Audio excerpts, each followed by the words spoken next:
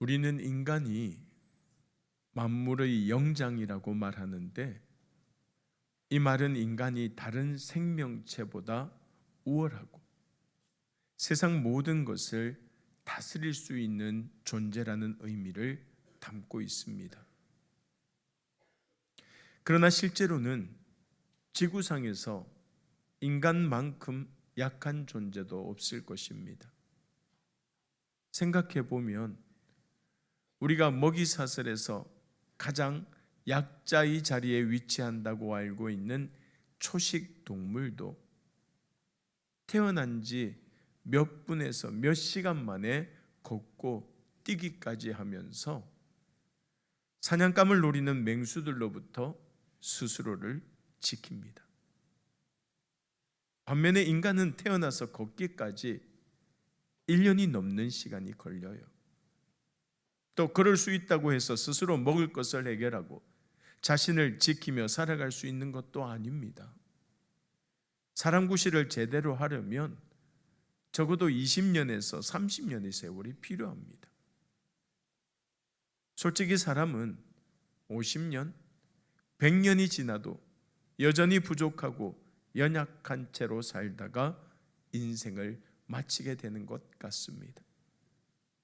결국 파스칼이 말처럼 인간은 미완성의 상태, 즉 지어져 가는 존재인 것이죠. 그래서 인간은 때마다 도우시고 선하고 바른 길로 인도하시는 힘을 의지해야 하는데, 히브리서에서는 그 힘을 하나님의 은혜라고 하며 그 은혜를 얻기 위하여서 하나님께 나아가라고 말씀합니다. 히브리서 4장 16절 말씀 우리 같이 한번 읽어볼까요? 그러므로 우리는 긍휼하심을 받고 때를 따라 돕는 은혜를 얻기 위하여 은혜의 보좌 앞에 담대히 나아갈 것이니라. 할렐루야. 은혜를 받으며 살아가야 하는 사람, 연약한 우리의 존재라는 것입니다. 그런데 오늘 본문에 나오는 초대교회 성도들에게도 도우시는 하나님의 은혜가 절실하게 필요했습니다. 지난 시간까지 우리는 아나니아와 삽비라 사건 이후에 더욱더 정결해지고 단단해진 초대교회가 놀랍게 부흥하는 모습을 보았습니다. 그뿐만 아니라 믿지 않는 사람들이 교회를 인정하고 존경하게 되었고, 그 영향력은 예루살렘 전체로 퍼져나갔습니다. 하지만 이 놀라운 하나님의 역사를 보고 심기가 몹시 불편한 자들도 있었는데, 바로 대제사장과 종교 지도자들이었습니다. 오늘 본문 17절 말씀 한번 보세요. 같이 한번 읽어볼까요? 대제사장과 그와 함께 있는 사람, 즉 사두개인의 당파가 다 마음에 시기가 가득하여 일어나서, 마음에 뭐가 일어났다고요? 시기가 일어났다. 자기들은 언감생심, 꿈도 꾸지 못할 기적들이 사도들의 손을 통해 일어나고, 그들이 선포하는 말씀은 도저히 못 배운 촌사람들의 입을 통해서 나오는 것이라고 할 수 없을 정도로 논리적이고 강력했습니다. 그리고 그 말씀을 듣고 수많은 사람들이 세례를 받고 초대교회의 교인이 되는 것을 보면서 그들의 마음속에 시기심이 가득했다는 말이에요. 여러분, 문제는 시기심은 상대방의 파멸을 원한다는 것입니다. 처음에는 저 사람은 왜 내게는 없는 것을 갖고 있을까라고 물으며 괴로워하다가, 나중에는 내가 없는 것은 저 사람에게도 없어야지 라는 결론을 내리고 어떻게든 상대방을 무너뜨리려고 한다는 말이에요. 그런데 시기심에 눈이 먼 사람은 그 과정에서 자기 자신이 먼저 무너진다는 사실을 알지 못합니다. 사울은 어린 다윗을 시기하여 죽이려고 하다가 자신이 먼저 죽었고, 가인도 아벨을 질투하여 죽였다가 결국 자신도 저주를 받고 쫓겨나고 말았지 않습니까? 만약 본문에 나오는 종교 지도자들이 진정한 하나님의 사람이었다면 행여 하나님께서 자기들이 아니라 사도들을 통해서 사람들의 병을 고치고 귀신을 쫓아내시며 많은 사람들이 회개하고 하나님께로 돌아오게 하셨다고 하더라도 사도들을 미워하고 시기할 것이 아니라 오히려 하나님의 나라가 확장된 것을 감사하고 기뻐했을 것입니다. 그러나 그들은 하나님의 일을 하면서도 어떻게든 자기 자신을 드러내고 사람들에게 주목받고 싶었기 때문에 사람들의 관심과 사랑이 사도들에게 쏟아지는 것을 시기하여 무작정 사도들을 잡아서 감옥에 가둬버린 것이에요. 저도 말씀을 준비하면서 한번 곰곰이 생각을 해봤습니다. 만약에 우리 교회와 아주 가까이에 있는 교회가 훨씬 더 빨리 부흥하고 사람들마다 그 교회 목사님의 설교가 좋다고 칭찬한다면 과연 진심으로 내가 기뻐하면서 축하해 줄 수 있을까? 솔직히 자신 없습니다. 여러분, 하나님께서는 사도 바울에게 고린도후서 12장 9절 말씀에 뭐라고 이야기했습니까? 내 은혜가 내게 족하다고 말씀하셨어요. 따라서 하나님의 자녀된 자는 다른 사람들과 비교하면서 하나님께서 주시는 사랑을 질투하지 말아야 한다는 것입니다. 왜냐하면 하나님께서는 우리 각자에게 가장 적절하고 가장 필요한 것을 가장 좋은 때에 주시기 때문입니다. 우리는 그저 공평하신 하나님을 믿고 자신에게 주어진 그 은혜와 사랑에 자족하며 감사해야 할 줄로 믿습니다. 하지만 종교 지도자들은 시기심에 눈이 멀어서 사도들을 붙잡아 감옥에 가둬버렸습니다. 오늘 본문 18절과 19절 말씀 한번 보세요.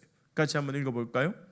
사도들을 잡아다가 옥에 가두었더니 주의 사자가 밤에 옥문을 열고 끌어내어 이르되. 여러분 한번 보세요.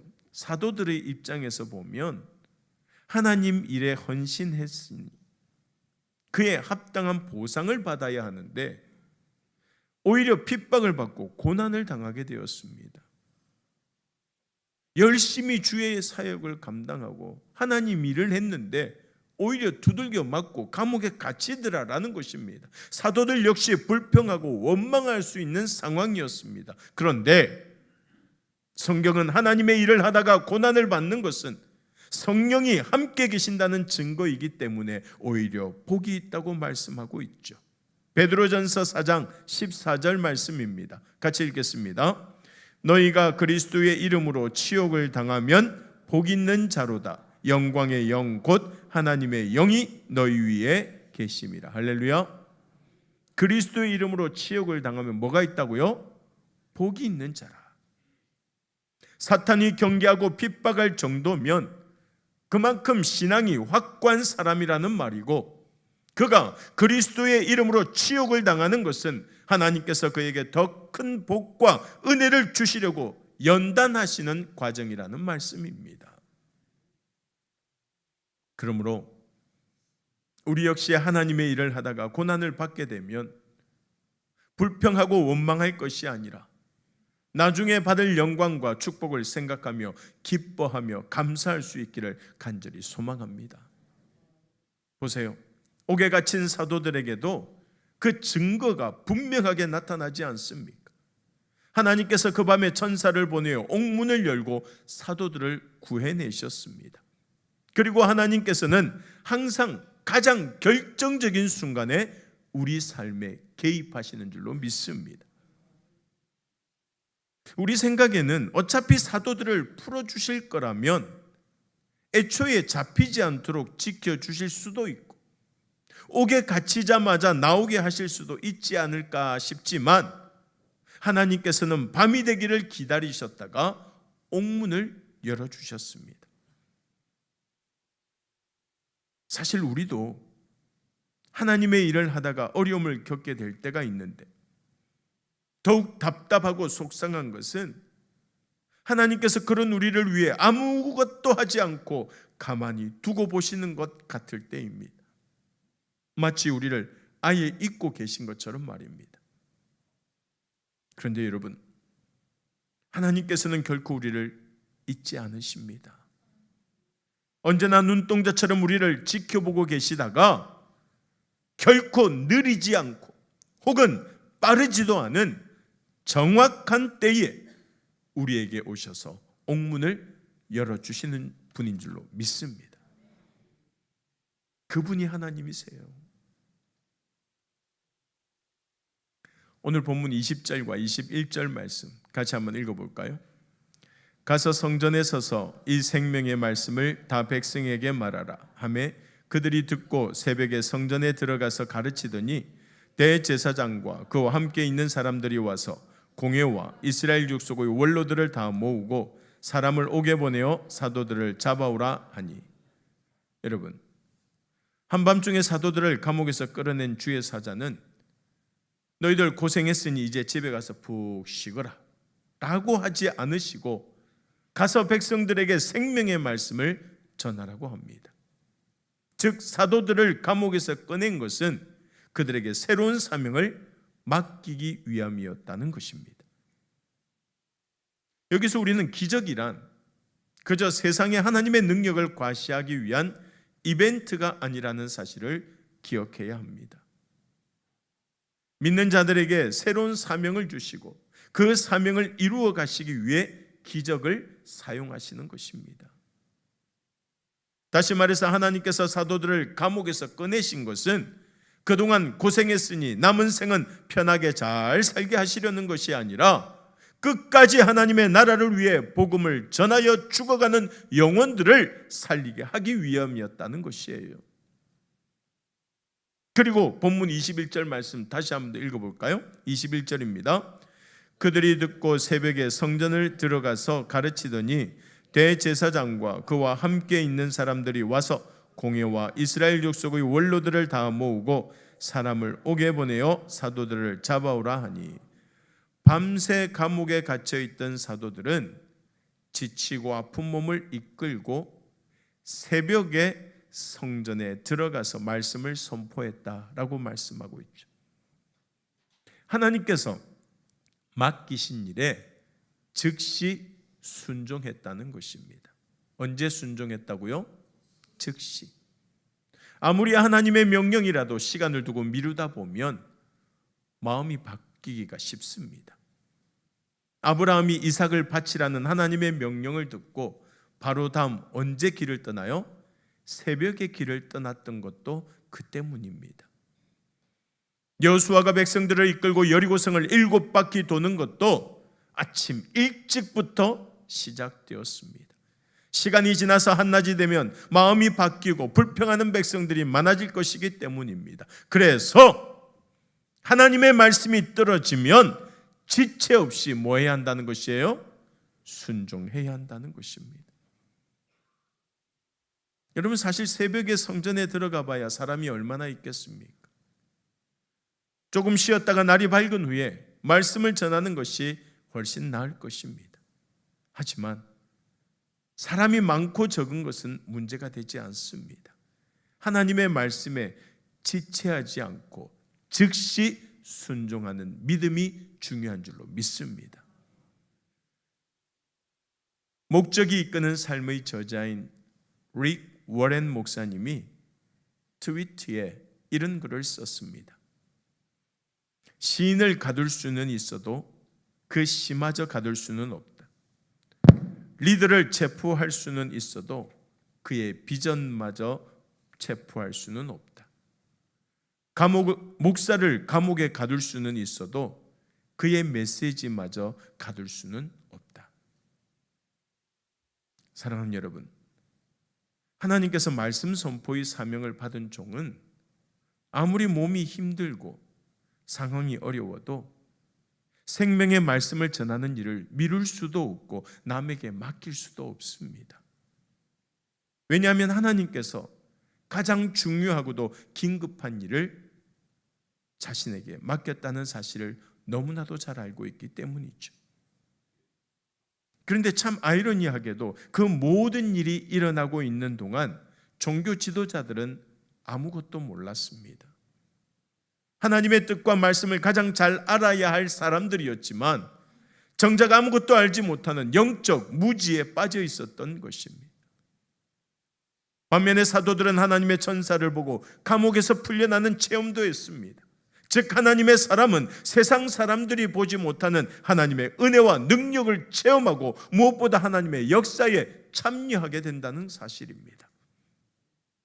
종교 지도자들은 사도들이 감옥에서 두려워하며 떨고 있을 것이라고 생각했지만 부하들이 옥에 가보니 사도들은 아무 흔적도 없이 연기처럼 사라지고 없었습니다. 그야말로 기적이 일어난 것이죠. 오늘 본문 22절과 23절 말씀에 그 내용이 잘 나타나죠. 같이 한번 읽어볼까요?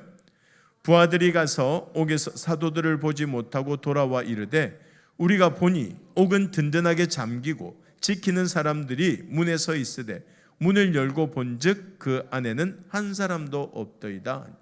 분명히 옥문은 다 잠겨져 있고 앞에 지키는 사람도 있는데 그 안에 있어야 할 사도들이 없었다는 것입니다. 종교 지도자들은 이 사실을 믿을 수가 없었고 무엇보다 이 사건이 어떤 파급력을 갖게 될지 걱정스러웠습니다. 사도들의 영향력이 커지는 것을 막기 위해서 옥에 가둔 것인데 오히려 사도들이 기적을 체험하고 그것을 증거할 기회를 만들어준 셈이니 말입니다. 당시 종교 지도자들은 하나님보다 사람들의 눈치를 더 살폈어요. 그래서 사도들을 다시 잡아 가둘 수도 없었고 그냥 두자니 자기들의 입지가 점점 좁아질 것 같아 불안했습니다. 결국 이들이 어떻게 신문합니까? 오늘 본문 27절과 28절 말씀 같이 한번 읽어보겠습니다. 그들을 끌어다가 공회 앞에 세우니 대제사장이 물어 이르되 우리가 이 이름으로 사람을 가르치지 말라고 언금하였으되 너희가 너희 가르침을 예루살렘에 가득하게 하니 이 사람의 피를 우리에게로 돌리고자 함이로다. 무슨 말입니까? 예수님을 증거하지 말라고 그렇게 이야기를 했는데 너희들이 증거를 해? 그리고 저 예루살렘에 온통 너희들의 가르침을 받은 자들이 저리 많으니 다 너희들 책임이라는 것입니다. 잘 들어보면 너희가 너희 가르침을 예루살렘에 가득하게 한다? 지금 거의 사도들을 칭찬하고 있는 말과 같은 것이죠. 사도들이 얼마나 열심히 복음을 전했든지 도시 전체에 복음이 가득하다고 지금 인정하고 있는 것입니다. 사랑하는 여러분, 우리 교회도 하나님을 믿지 않고 교회를 비난하는 사람들에게서 너희가 복음을 부산과 온 나라에 가득하게 했다는 말을 들을 수 있기를 간절히 소망합니다. 믿지 않는 자들이 보기에는 우리의 복음의 능력이 충만한 교회가 바로 우리 감만교회가 되기를 간절히 소망합니다. 주님이 살아 역사하는 교회가 우리 교회가 되어야 한다는 것이에요. 그리고 이제 우리가 정말로 본받아야 할 믿음과 순종의 모습이 소개되죠. 본문 29절 말씀 우리 같이 한번 읽어볼까요? 29절입니다. 베드로와